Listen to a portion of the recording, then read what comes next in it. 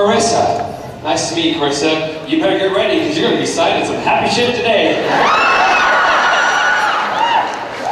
Just before we go, can we turn the house lights up again? Because I want to put this online, because I'm a big geek myself.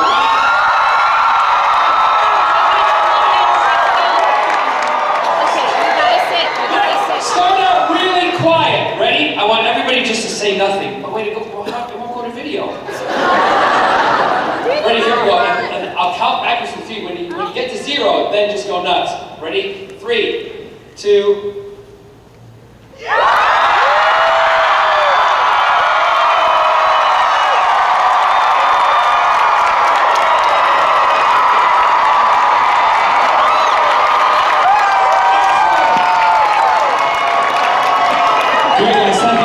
Thank you.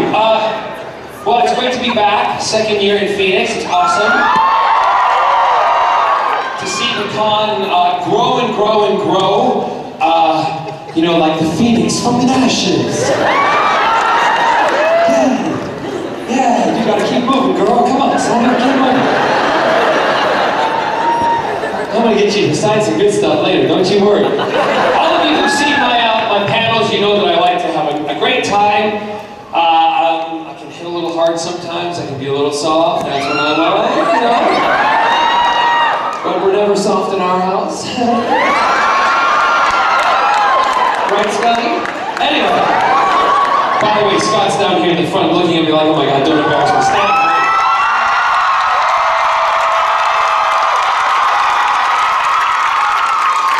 My handsome husband.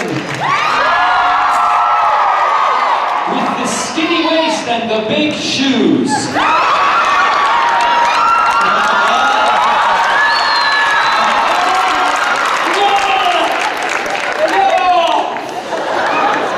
Oh, what? On my back? Really? Oh, no underpants this year. No, last year was underpants. I got, oh, you're sitting in your underpants right there. That was a view that I haven't seen in a long time. By the way, you need to shave. Do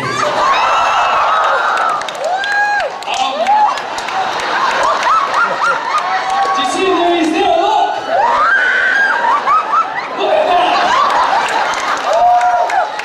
Excuse you. You know what I like in the panels to really have a good time. Everybody cut loose, anything goes, you can ask anything you want. Line up for your questions, I'm sure you're already there. I kind of feed off of you guys. We feed off of each other. You know what's really it's kind of sad. Like about 15 minutes ago, 20 minutes ago, I'm down at my booth, and there was like only 4 people there, and I looked at Kelsey, who works with me, and I looked at Scott, and I went, do you think I should come back next year? Because there's nobody here. And she went, honey, you're okay. They've been waiting for 3 hours to get into your panel.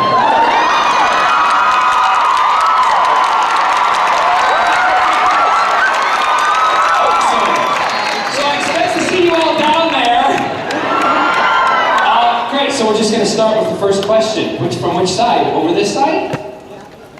Oh, here. Hi. Hi. My name is Allison, and I am a big fan of Dr. Bill. And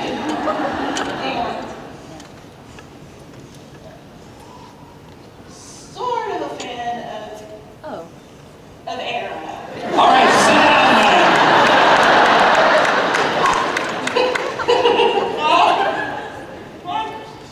My question.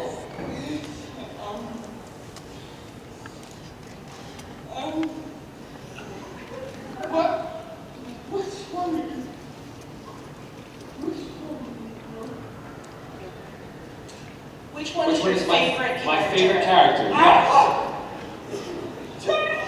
Is it Jack? Yeah.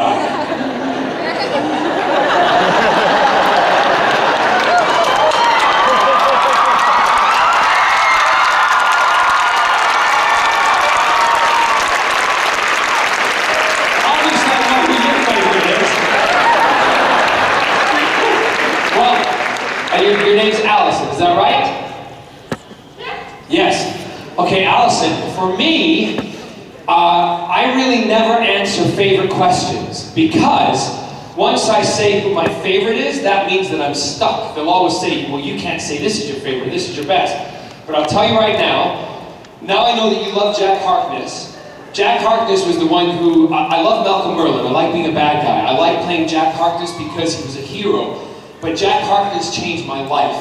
Captain Jack and all of you guys out there who love Captain Jack Harckness, you've given me the life that I have always dreamed of. And to that I say, thank you very, very much.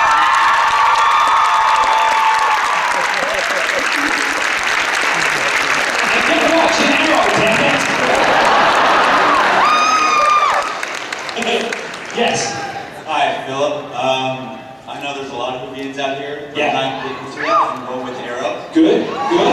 Hey, we're all one big happy family. Who likes who? Who likes Arrow? We all come together and have one great big party. Second to last episode, while you were in the train station, you had a green vial necklace. Yes. Was that the Mercury? I'm not telling you. Well, it was, but because my real name's Boe. And he's gonna drink it, and everything's gonna be wicked! I can't tell you. But that little green vial is there for a reason.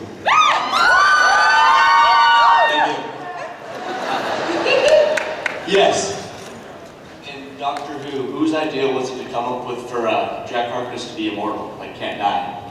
Oh, I think, well, that was Russell, probably. Russell T. Davis, who wrote the series. Russell had, unlike American TV series, where they do have a little bit of an idea what they're going to do for the entire series. In Britain, when you make them, you have to have it written. So the tweaking gets done as you're going along, but it's not like in some episodic television where they don't know what the next episode is going to be until, you know, they're writing it as we go. So I think he had the idea that Jack was going to be immortal, or maybe it came up in the last minute because I was only expected to be in 5 episodes of Doctor Who, and that was in with the 9th Doctor with Chris Eccleston. And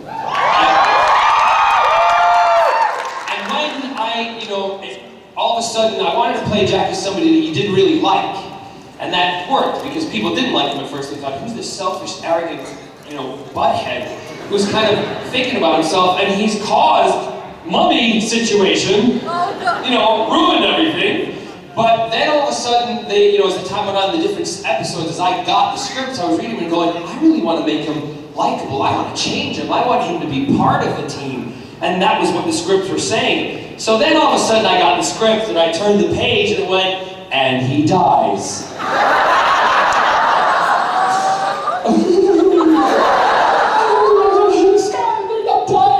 And I thought, you know, I hadn't even turned the next page. I thought, well, I've been in Doctor Who, it's been a lifelong dream, childhood dream. Here I am, I've played a hero, I've been a character that's gone from A and gone to Z and turned himself around, and he's now liked by the British public.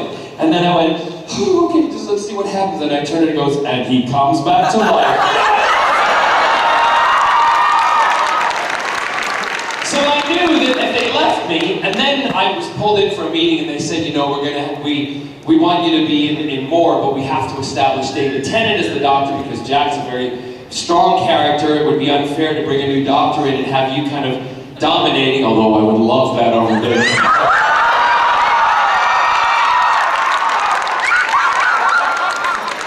So that was why in the first part of David's reign as Doctor, I wasn't involved in, I was brought back in. And then there was the clash between them and the figuring stuff out. My favorite scene working with David, one of the ones, is the one that Russell wrote when I am inside the nuclear facility. And we're looking, and the whole thing is done through a door with a window, and he's telling me you're wrong, and da-da-da, and I'm explaining to him about why I do what I do, and that I can give myself up for anything, and blah, blah, blah. And that was the first time both of them come together, and the Doctor then goes, all right, I'm going to take you on board, we're going to deal with this. So, yeah, I don't know if I answered your question, but that's how it all came about, really. Thank you. You're welcome. Yes. Hi. My question is, do you plan on doing more work with Misha Collins? Put it this way, I have with Misha Collins yet, but I intend to one day. He may not know it yet, but no, I'm gonna get involved with his, he does a scavenger hunt. Now, I said I would do this at the last con I was at, but I really don't know what it involves, and a lot of you guys have been coming up to me at the table and stuff and telling me, which is great, but I need to get a team together of people. Any volunteers? We will have a team Barrowman, and they will do a scavenger. I will kind of moderate the whole thing and make sure it's all done, because I really don't have the time to run around and build dinosaurs out of maxi pads. I just don't. Right? But I love the idea that those are the kind of crazy things he comes up with, because in a way, that's like me, a bit crazy. So just if you hit my website and keep following, if you follow me on Instagram, Facebook, Twitter, any of the social media sites, please keep checking it out, because if you want to be part of the team, I'm sure the spaces are going to go very quickly, okay? And I want representation from all over the country or all over the world. Got it? All right. By the way, I love Misha. He's called my Misha Man. Yes? Okay. Hi. I love you. I love that you love me. I love you, and you love me all the time. I just wanted to ask, between the cast and team of Doctor Who and Torchwood, which one did you enjoy more? Really? Really? They were both two different experiences, because Doctor Who, I was one of a team, and David was the leader. And I was able to go into Doctor Who and kind of, in a nutshell, just to use this term, let my hair down and be fun and have a good time. While we got the work done, but I'm also saying as the character of Captain Jack. Jack didn't have so much responsibility on his shoulders. However, in Torchwood, I was the leader of the pack. And I was responsible for everybody around me, and also the same in the show. It was my show, and I was the leader, and treated it that way. So each of them have a really good, kind of taste for me of different types of things. And that was the thing, as an actor, being able to play Jack, who was on Doctor Who was roguish, flirtatious, Captain Jack Harckness. Nice to meet you. All that stuff. It was just great. And then on Doctor Who, it's like, on Torchwood, it's like, get out of my way, or I will kill you. Right? So completely two different characters, two different groups of people, and both equally as fun. The thing that's great about the Doctor Who world, once you are in it, and for those of you who have dreams about being in it, keep dreaming, because it can happen. It happened to me.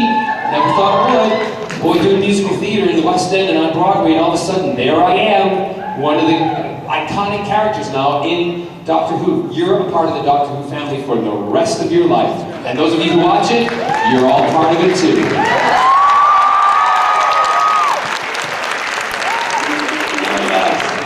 Hi. So, just tilt the mic down a little bit, sweetheart. There you go. Hi, John. Hi. I was the girl who asked tips on you last year, and Well, how's the marriage going?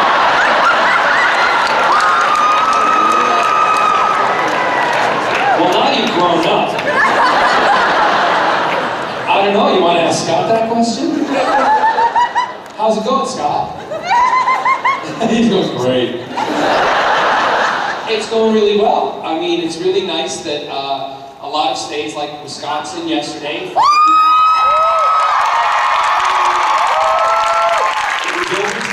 basically. But what I find really interesting is that, I think it's the Attorney General for Wisconsin, Mr. Valhallen is his name, otherwise known as Buttface. He immediately decided, I want to put a stop to it, and I want to reverse it. And so he ran around like a chicken with his head cut off, saying, I'm going to stop it, we're not going to let this happen. And you know what? Just sit down and shut up, because it's going to happen everywhere.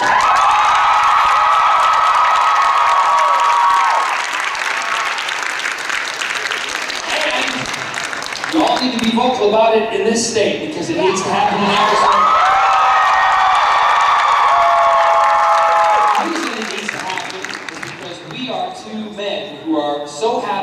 celebrate our lives together and celebrate the love that we have for each other.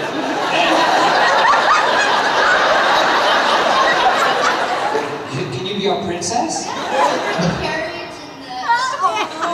Yeah, I know. I have my own princess carriage. I just never pull it out of the garage. Yeah, but it's a way for, for us, we finally are now able to celebrate who we are and the love we have for each other and not try to hide it or be ashamed of it. And that's the way it should be all over the world. Your generation, because that's the way you feel, your generation will make the biggest changes in the world. And don't you forget it. Yes. Hi, Doctor. Hey. Hey. How's Bez? Why am I doing this an awful lot lately? As I get older, am I getting camper? Am I getting gayer? That ain't possible.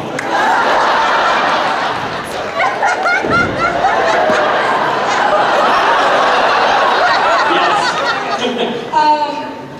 So, was there any particular event in your childhood that made you really just attracted to sci-fi as a genre and want to be a part of it? Yes, I was abducted by aliens. I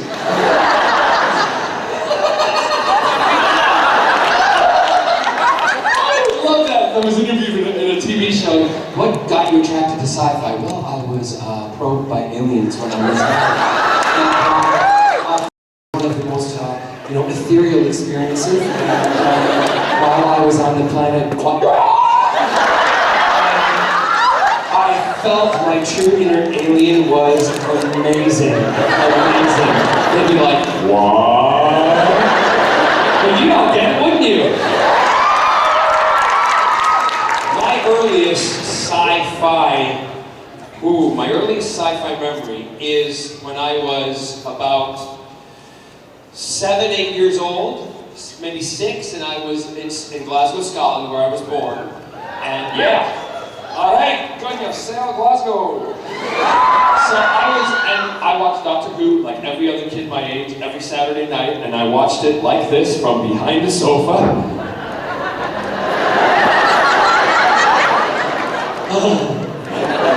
Slightly scared, but slightly excited because of what was happening. And I remember the first one that I saw, I think, was with John Barrowman and the Autons. The original, it was John Barrowman, wasn't it? Yeah. The original Autons, which were, for those of you who don't know, shop mannequins. They were extremely frightening because they were the 60s shop mannequins, and they stood there, and then the figures just dropped and they killed people. My mother, when I was that age, had to hide me in her coat when we were walking along the high street in front of stores. I said, no, Mom, we're not doing it. Clara said, I'm not going in front of the shop because the dummy's going to shoot me. I want to shoot you. No, because there's no doctor. He's going to shoot me, Mom. Don't do it, don't do it, don't do it. She took me away.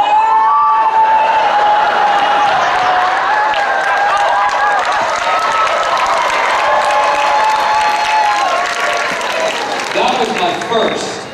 But what was really exciting to me was 30-odd years later, the first revamp of Doctor Who was the first episode. What was it? It was the Autons.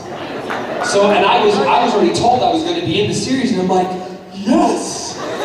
If it's the Autons, it means that I'm going to get Daleks, and then I'm also going to get Cybermen, and I'm going to get all sorts of aliens and creatures! So that was my first memory of sci-fi, and from that point on, I was like, Space 1999, the original Battlestar Galactica. Also, one of my favorite memories of sci-fi is Buck Rogers in the 25th century. Get this. Get this. I used to watch Buck Rogers as a kid, and now the lady who looks after me at all of the Comicons, Erin Gray, who was Wilma Deering. The only woman who didn't have camel toe in that show. It was amazing. And for those of you who don't know what that is, happy journey home, moms and dads, explaining that.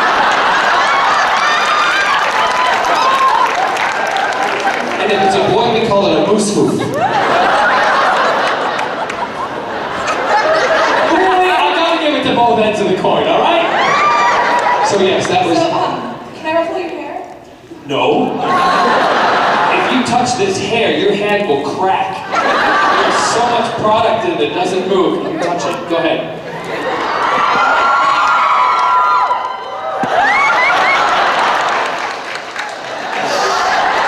Do you want to do my armpit hair?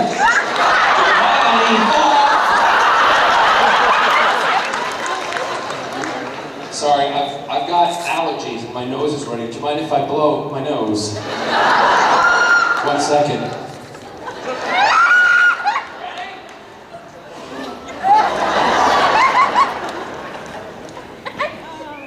Right. That'll be on eBay in about an hour. Donating to a charity. Oh yeah, like that's frightened you. Yes. Yes. Hello. Hello, Dolly. So, You forgot your question, didn't you? Too busy being cool saying hello. that's exciting. But, if you could play any character in the entire show, who would you be? In Doctor Who. Sorry. If I could be? Or play. Well, I don't need to play anyone. I'm one of the best ones there is.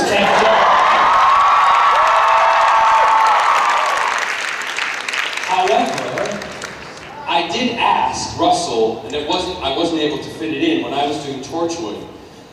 I asked him if I could be in again, remind me, there's been so many, the episode where Rose and the Doctor go to Torchwood in the tower. Name of the episode. Army of Ghosts. Is it Army of Ghosts? Doomsday. Okay, hold on, everybody shouting at once. Don't scream at me. I don't remember the name of it. One person.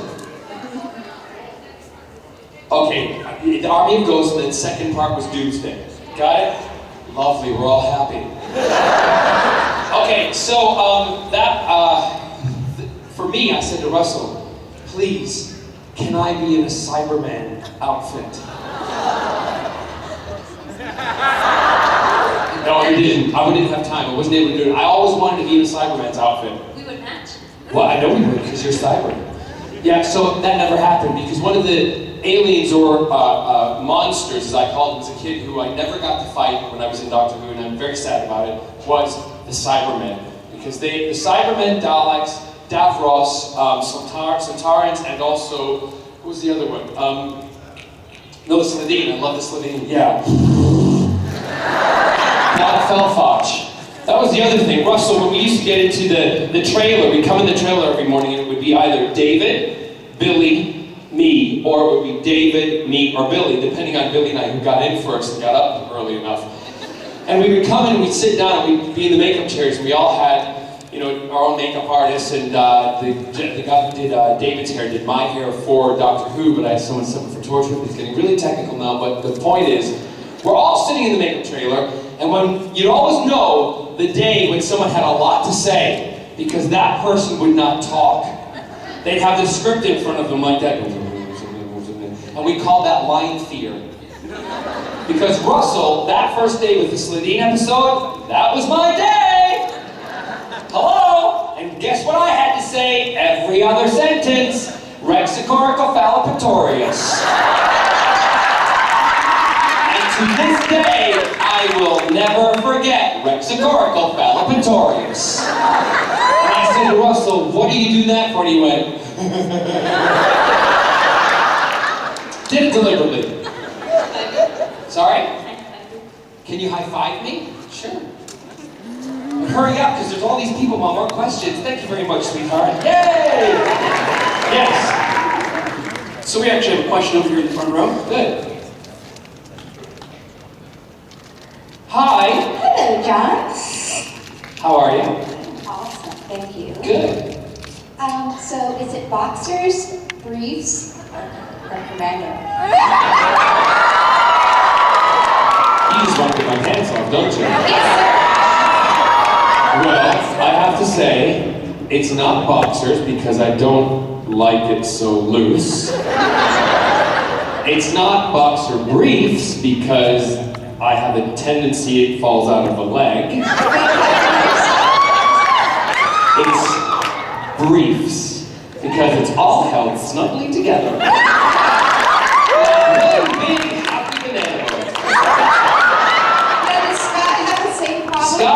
the same problem. Thank God. And I'll tell you one thing, because we're similar in size and I mean physically, he wears a lot of my clothes. Scott never clothes shops. I just buy stuff and he wears it, right? But the thing I don't like is he wears my underwear sometimes. Yes, and then when and this is the problem you don't have in a heterosexual household, except sometimes on a Friday night where you're getting kinky. So he puts my underwear, and I can always tell. You know why? Because the left side is always stretched. I'll leave that up to your imagination. Isn't it? And then Scott also, I'm going to let one of your secrets out, Scott. I'm sorry. I wear my briefs, normal way, right? With the writing on the outside and the lines, you know what I'm talking about, right? I wear Banana Republic briefs. I just like them, okay? I like them. It makes me feel like I'm in an 80s porn movie.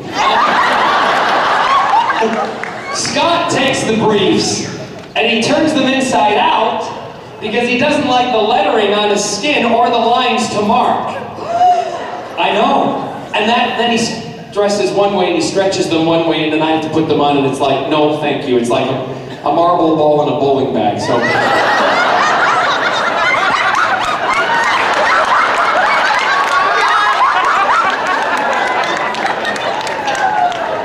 Why do you think we've been together for 21 years?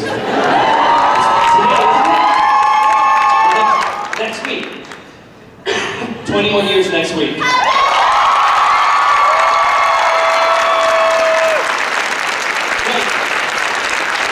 Thank you. Thanks, John. You're welcome. What kind of knickers do you wear? Or are you going commando? Don't answer that. You can't talk because that means you're naked underneath that. Yes.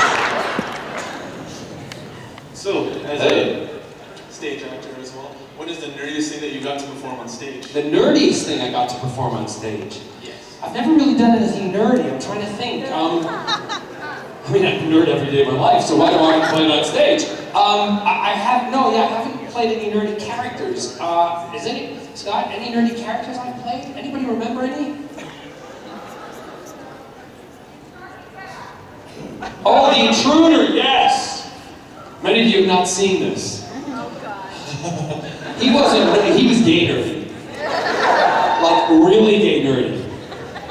It was a character called the Intruder, and it was on a TV show called Al Murray's, I can't remember the name of it now. Al Murray was his name. Look it up online. Look, John Barrowman, gay Nazi intruder. I say no more. That was outrageous. It was outrageous and silly, yes. But nerdy characters, I really haven't played any nerdy characters. I'd love to, but I don't know how I would play them because you wouldn't want to be a stereotype because we're all completely different. I mean, this room is filled with nerds and geeks, and look at us, we're all different. So I really kind of have to choose how to do it, and that's the one thing I love about Big Bang Theory. You got all the nerds, all represented different, it's just amazing. Sorry, no nerds. Have you played a nerd? Yes, I have. You have? Oh, well, but the cosplay is different than actual playing someone on stage. I've done Dr. Who before. Oh, you have? Yes, Good. Excellent. Well, you make a good looking one. Don't bat those eyes at me unless you're over 18. You are. Bat away. Yes. So first of all, I'm 21. You are. And congratulations. Thank you for next very much. week. Thank you. So you've been together as long as I am old. Oh! So cute. Really a great way to start off here. Would you like my shoe to put it in your mouth? That would be wonderful. Anything. It would be wonderful. Second thing, you're wearing the shirt from my favorite 2 episodes of Doctor Who, so thank you. You're welcome. Also, my question is, if you were in the Harry Potter universe and you attended Hogwarts, what house would you be in?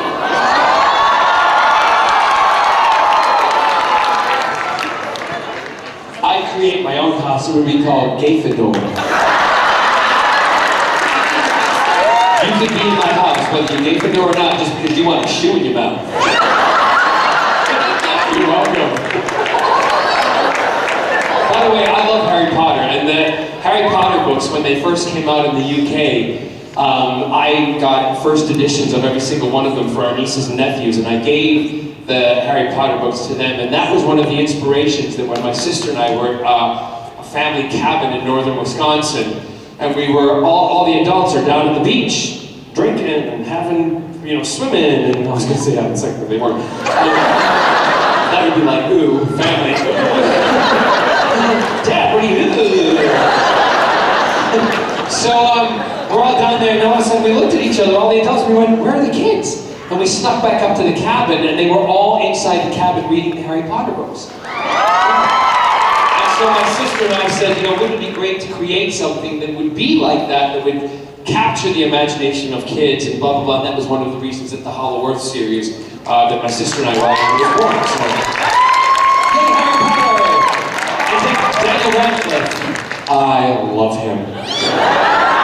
I was rehearsing a show, I was doing my Tonight's the Night TV show that I produced for the BBC with them, rehearsing next door. Daniel was next door rehearsing for How to Succeed in Business. And the guy who's the assistant choreographer was in Chicago with me, and he came in the room and he said, just wanted you to know, and if you want to pop in, there's a big fan of yours next door. And I'm like, okay, thinking, and I went, yeah, all right. Didn't know who was in the room, and I come knocking on the door thinking I'm gonna make someone's day. Knock, open the door, and I'm like,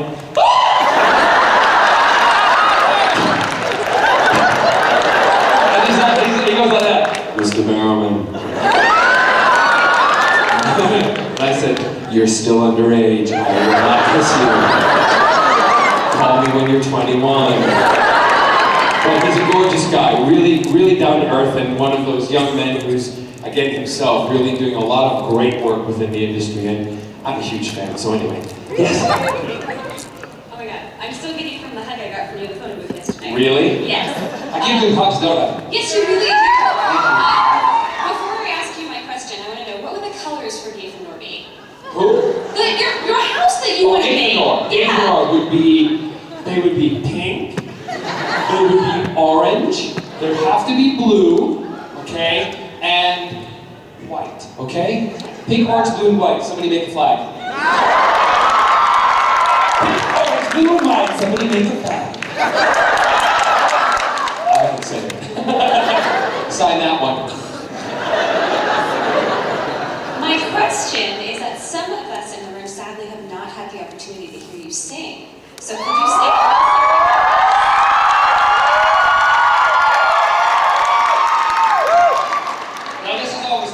Because a lady came up to me yesterday and she said, I'd love to hear you sing this particular song if someone asked you to sing, but it's a very melancholy song, and I'd have to then pick the whole room up and dab off the tears and all that after it.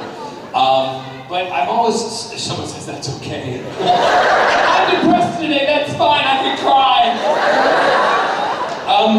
It's always weird to sing off the cuff and not know off the top of my head what to sing. Sing La Cage, the whole show? What's that? No, I'm not singing Happy Birthday. What? I don't care! Happy Birthday. Like a day over 60. Just kidding. Just 1 second. I'm going to ask, raise your hand here if you know what song you'd like me to sing. Raise your hand. Raise your hand. What would you, oh my God, you've known all along you didn't say? What's wrong with you? So many things. And you know what? Same with all of us. I'm a huge Mel Brooks fan, so I would like you to sing. No. There's no freaking way I'm singing Springtime for Hitler.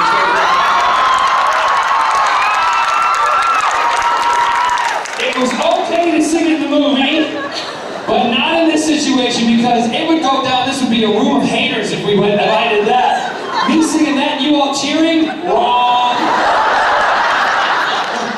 I was also asked to sing that, get this, in Germany.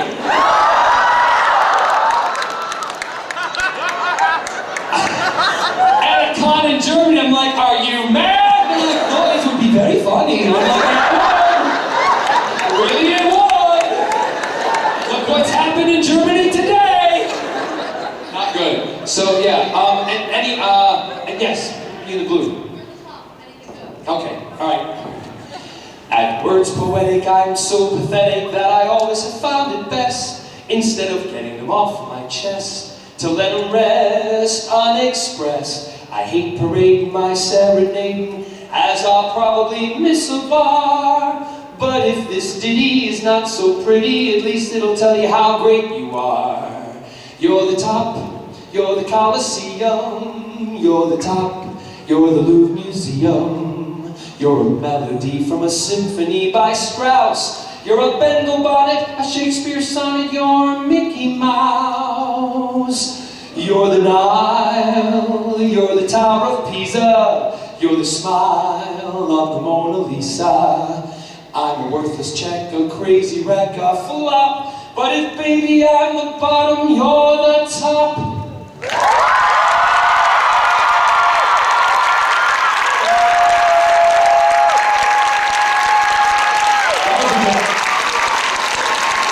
You're very generous. That was a bit rubbish considering allergies. It's hard to sing through them. Yes? Hello. Out of all, or actually I have a two-part question. And Okay. the first part is, out of all of the different gadgets within the Torchwood universe, if you could have one of them in real life, which one would it be? Vortex manipulator, no doubt. And I've got one. I also have a squareness gun. And I also have another gun too. And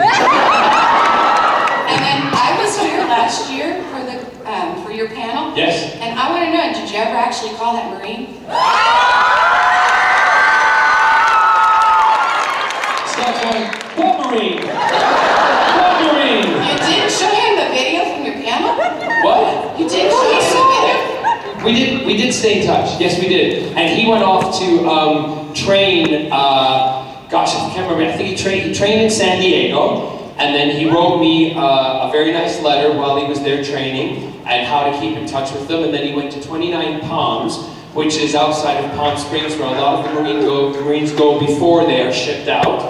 And he is still serving our country. And I think he's now in Raleigh, North Carolina, because he's now getting ready to go on duty somewhere else around the world. So the young man that was here, that we gave a big hug to, is now fighting for us or representing us around the world for our nation. His name is Jack. Isn't that amazing? Yes. Oh, okay, you alright? Yes, go ahead, here. Hi.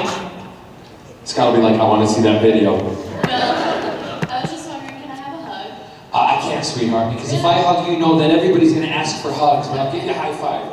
Really? It's about questions, not about hugs and kisses and love and nice. Oh, don't say, oh! I'm trying to keep you all, because I'd have to hug every one of you. I started that. You guys can go downstairs and stand in line and hug him there. You ready? A virtual hug. Ready? 1, 2, 3, go. Nice. Yes. Yesterday. Good. And I With a apologize. rack like that, I obviously would give you a hug. You did, and you complimented them. Thank you. I asked you a very inappropriate question, and you were very inappropriate back, and I Nice. asked if anyone... Don't, and there's children. There's children. Then never mind. You gotta learn how to be PG-13. That's right. Go ahead. My question is, actually it's more of a thank you. I watched your documentary a few years ago called The Making of Me. Yes. And I'm an ally, a member of PFLAG. I showed that to so many of my friends in the community, and it moved them, it moved me, how you live your life so openly and honestly. And I showed it to my 16-year-old cousin, who was very struggling. And 2 weeks after he saw that, he watched it with me, he finally came out. Good. And on behalf of my cousin Jeffrey and Yeah. myself, I wanted to thank you for being such a wonderful representative of one of the most wonderful communities that I've ever been proud of. It's part of humanity, I think. Yes, rather I than- agree. Yeah, and then the thing that, I always say to people, it's lovely that you're getting emotional, but those are happy tears. Those Yes. are not sad tears. Absolutely. Because it's he's pride. now, It's pride. correct, because he's now free of that weight that's been on his shoulders for such a long time. And I always say again to young men and women who are in that position, and I'm not for outing people, that's not my game. It's not what we should do, but I do believe if you have a personal reason why it is and you figure it out, the moment you figure it out, you should come out of the closet. You should be proud of who you are, because the more of us who are out there shouting out loud, the easier it's going to be to change the laws that need to be changed, because they cannot deny people's voices. They can't. And if you know someone in that position, help them. Help them. Don't push them out of the closet, because God knows it's not nice to be pushed out.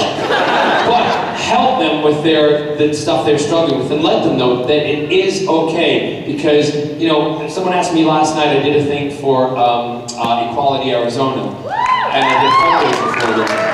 And for me, they said, have you lost jobs or roles because of being openly gay? And I said, if I have, I don't care.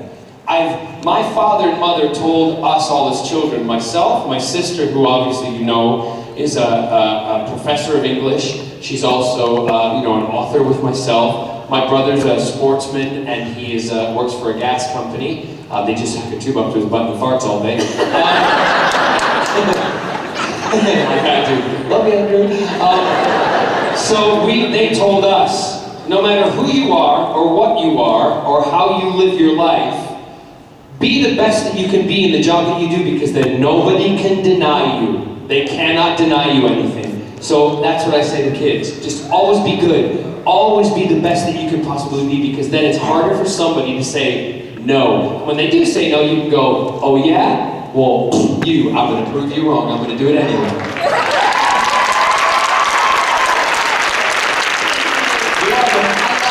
The documentary and seeing your family, and it gave my cousin a lot of hope that his incredibly conservative Christian parents might have a little And did bit. they? His mother has embraced it. She has. She's P-flagged now. Good. She is. Because isn't that what Christianity is about, accepting and loving people? I agree completely. Well, if his dad doesn't come around, then the young man I know will be the one, because you always want your mother and father in your life, and unfortunately I know with a lot of friends of mine, I was fortunate, my mom and dad had no problem. And they said, you're our son, we love you no matter what, unconditionally. Some parents, I don't know how they have the audacity to turn their back on their children, but they do. My advice to young men and women, before that happens, you turn your back on them. Don't give them the power. You take the power and control. Say, I don't want you in my life. But before you do, make sure you have a support group around you that if they do say, fine, get out of my house, you go, fine, I'm leaving, go to an aunt, go to an uncle, go to a best friend, go to one of the charities that deal with children who have been, thrust out of their house, because there are people out there who love you and will help you. And I'm one of them. That's my soapbox, yes. My question is Hi, about happy Arrow. birthday. I'm such a big fan. Happy birthday, by the way. Thank you. Yeah, I'm such a big fan of Arrow. Absolutely love it. What is it like working with people like Stephen Amell?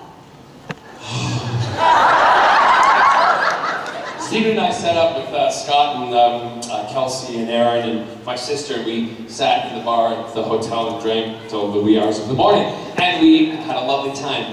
But what is really lovely about Stephen, for myself, who has been the leader of a show, it's lovely for me to watch him grow and take control and become the leader. And I say this with, he knows this, and the people around us know this, and I've been told this by the producers.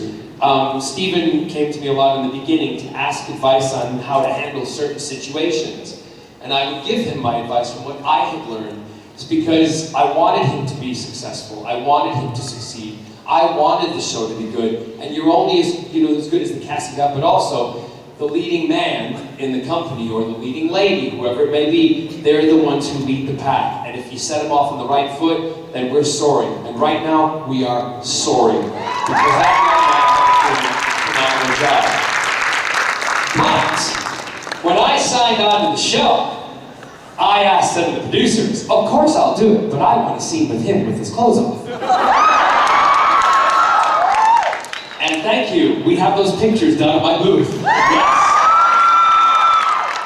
Scott has it up right in front of him, and that's Scott's motivation, because in the scene where we came in, and he was standing with his arms strapped up by chains, completely torso naked, and Malcolm Merlyn walks in, and I told the camera guys, I said, whatever happens, just keep rolling, okay? Don't say anything, because I'm a prankster, I love it. So I walked in around him and I was like, and then I had to circle him, do complete circles. So, all the dialogue, I can't remember right now, but I'm going blah, blah, blah, blah, blah, blah, blah. So, the rehearsal, great, Steven's giving it all. He's doing his push-ups before we do it.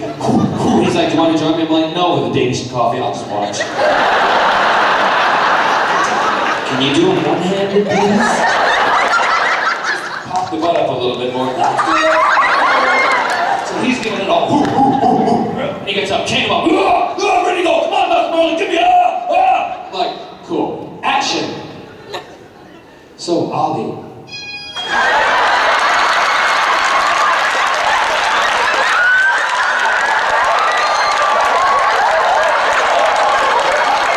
Here's Steven.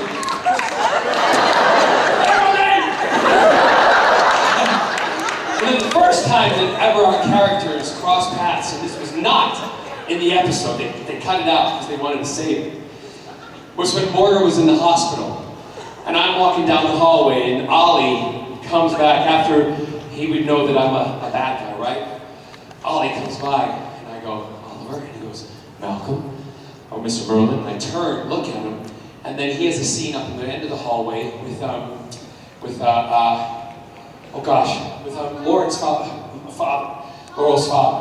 Oh God, his name went over my head. Paul's character, Paul Blackthorne's character, yeah? So he has a scene up here with the detective, and just as I walked past him, I went, Oliver, he went, Malcolm, I turned and I went,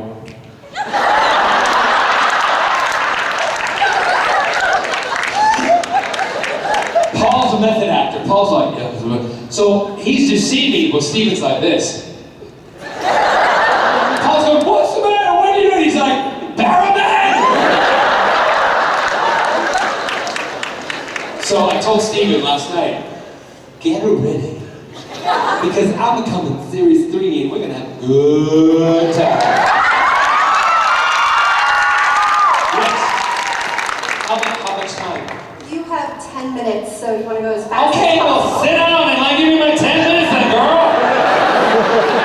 Yes.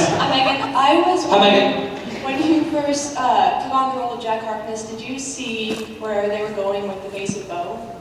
No clue. No clue. I told that. Did I tell this story last year? Yeah. Alright, I won't tell it again. Okay, I'll tell it again. David and I were on set, and the script came in, and I didn't read my scripts. Don't prepare that ahead. I do it like a couple of days before I'm supposed to do stuff. And I don't like to know what's happening, because I think for me, spontaneity, do while you're doing it, and also learn the lines, and then when you get up, do it spontaneously, and it seems more natural. So David, we get the scripts in, and David, I can hear this, ah! And all of a sudden, running up to the trailer, and I hear, like, what? John, you don't even believe what's happening. I said, don't tell me! Shut up! Get back to your trailer, get out of my eyes! So he goes back to his trailer, and then next day comes, I hear again. Okay, a minute! What? Have you read the script? No! Get back to your trailer! I haven't read it yet! When I read it, I'll tell you! Next day, lunch break. Me. Oh my God! David! He opens his door and goes, what? I ran at the eyes!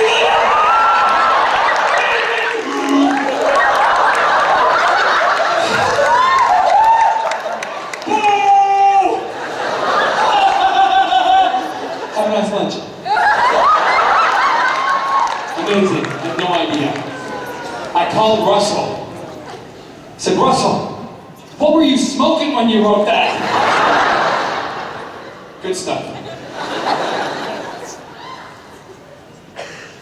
Hi. Step a little closer. It doesn't bite. It's electronic. Go ahead. So it's on my bucket list to ask this question, and it might seem kind of weird. But what So I need to sit down for this? what shampoo do you use? I am so glad you asked that. Because I, in the UK and Europe, have my own hair care and skincare range. And the shampoo I use is her hair care, which I've designed and developed for women.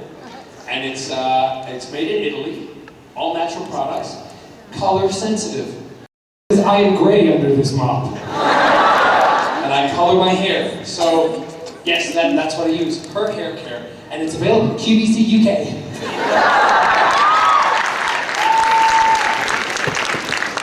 Yes. Hi. Hi. I want to know, what's the craziest thing you've ever done? Finn! Finn! My godnephew, our godnephew Scott and his name is Finn! We bought him a hat! Yeah, I know, it's awesome. Okay, so it's awesome. Thanks very much. I just want to know, what's the craziest thing you've ever done with one of your co-stars?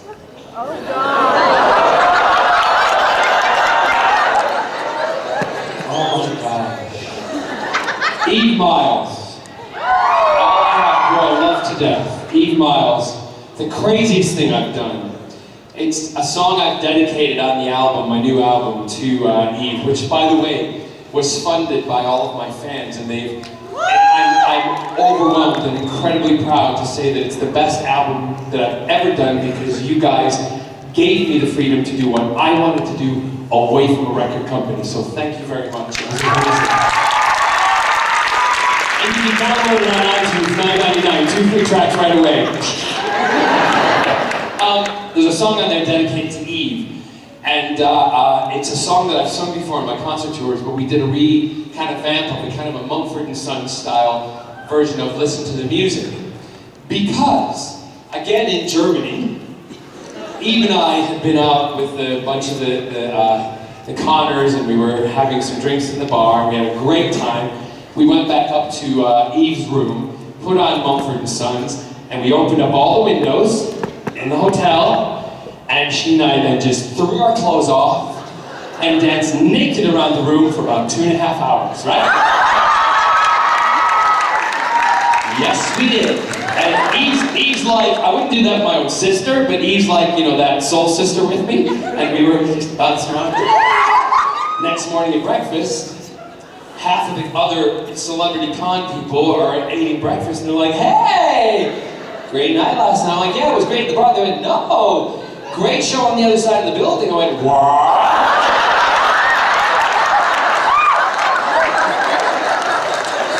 He was like, what? I said, yeah, we all saw 6 o'clock this morning. Everybody's getting up. So are you guys. Because your window was open, and what you didn't realize is the building across the way was all reflective glass, and we could see right into your room.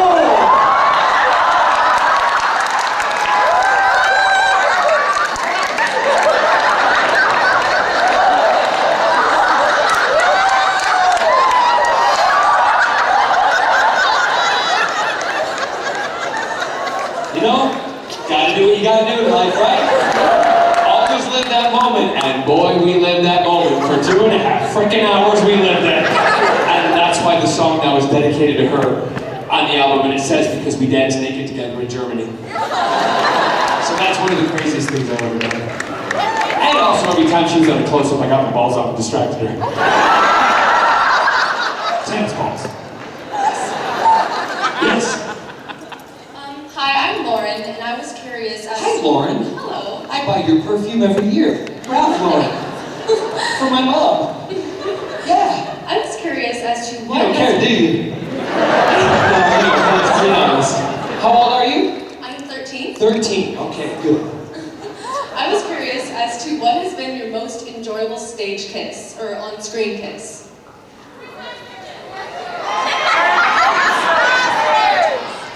No, I know you all want me to say David, or you want me to say James Masters. No. Wait! They were all delicious. My favorite on-screen kiss was the one where I broke boundaries immediately, and that was with Chris Eccleston. And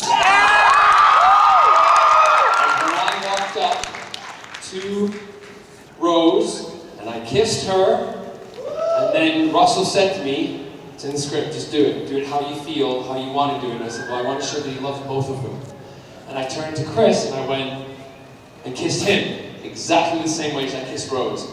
The British public, they all went, oh, great, no big deal. And that was amazing. That was amazing, because I was the first, so that's the one I'm most proud of. I was the first male character, companion, to ever kiss the Doctor. And I can proudly say that, and I love it. 2-minute warning. Yes. The lady in pink. Ooh, the pink arrow. Watch out for her. Yeah. I was just wondering, how can you be Tommy and Merlyn's father if you're the same age? I love you. Do you want to be adopted by Scott and I?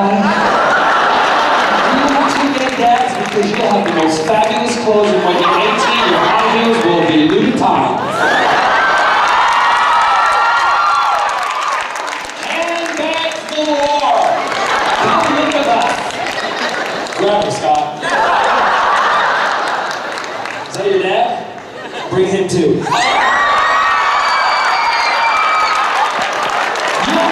Seeking speedo, cleaning the pool.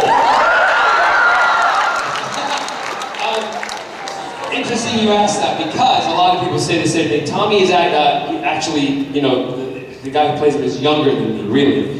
But a lot of people have said that. What my theory, not been written by the show or anything, is that Malcolm had Tommy when he was about 16, 17 years old. With it, he didn't have him, his wife, girlfriend had him. And the reason Malcolm was so ruthless and worked so hard, this is my own little backstory history, is because that he had to work incredibly hard to provide for his wife and his son. And his wife died, so then he was disgruntled that his son was not becoming the man that he really wanted him to be, which was Oliver. Because I think Malcolm really secretly wanted Oliver as a son, but he was just the best friend. But that's how the reasoning became for me to justify that I was his dad, because I did say and I know Colin, who played Tommy Merlyn, from musical theater stuff. He played the same role I did in Anything Goes on Broadway, so we've all, he's a very good song and dance man. But when we did that, I was like, dude, how is this going to work? And he's like, well, we'll just play it. And we just played it, and it seems to have worked, but unfortunately he's dead now, because I killed him. So you look almost as good as me, you're gonna die.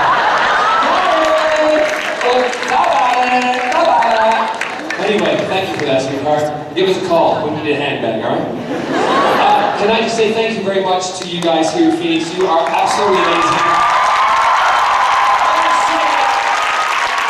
The reason I do these things is to meet all of you, to be here with all of you, because you have changed my life, and I absolutely, really, really appreciate it. So thank you very, very much.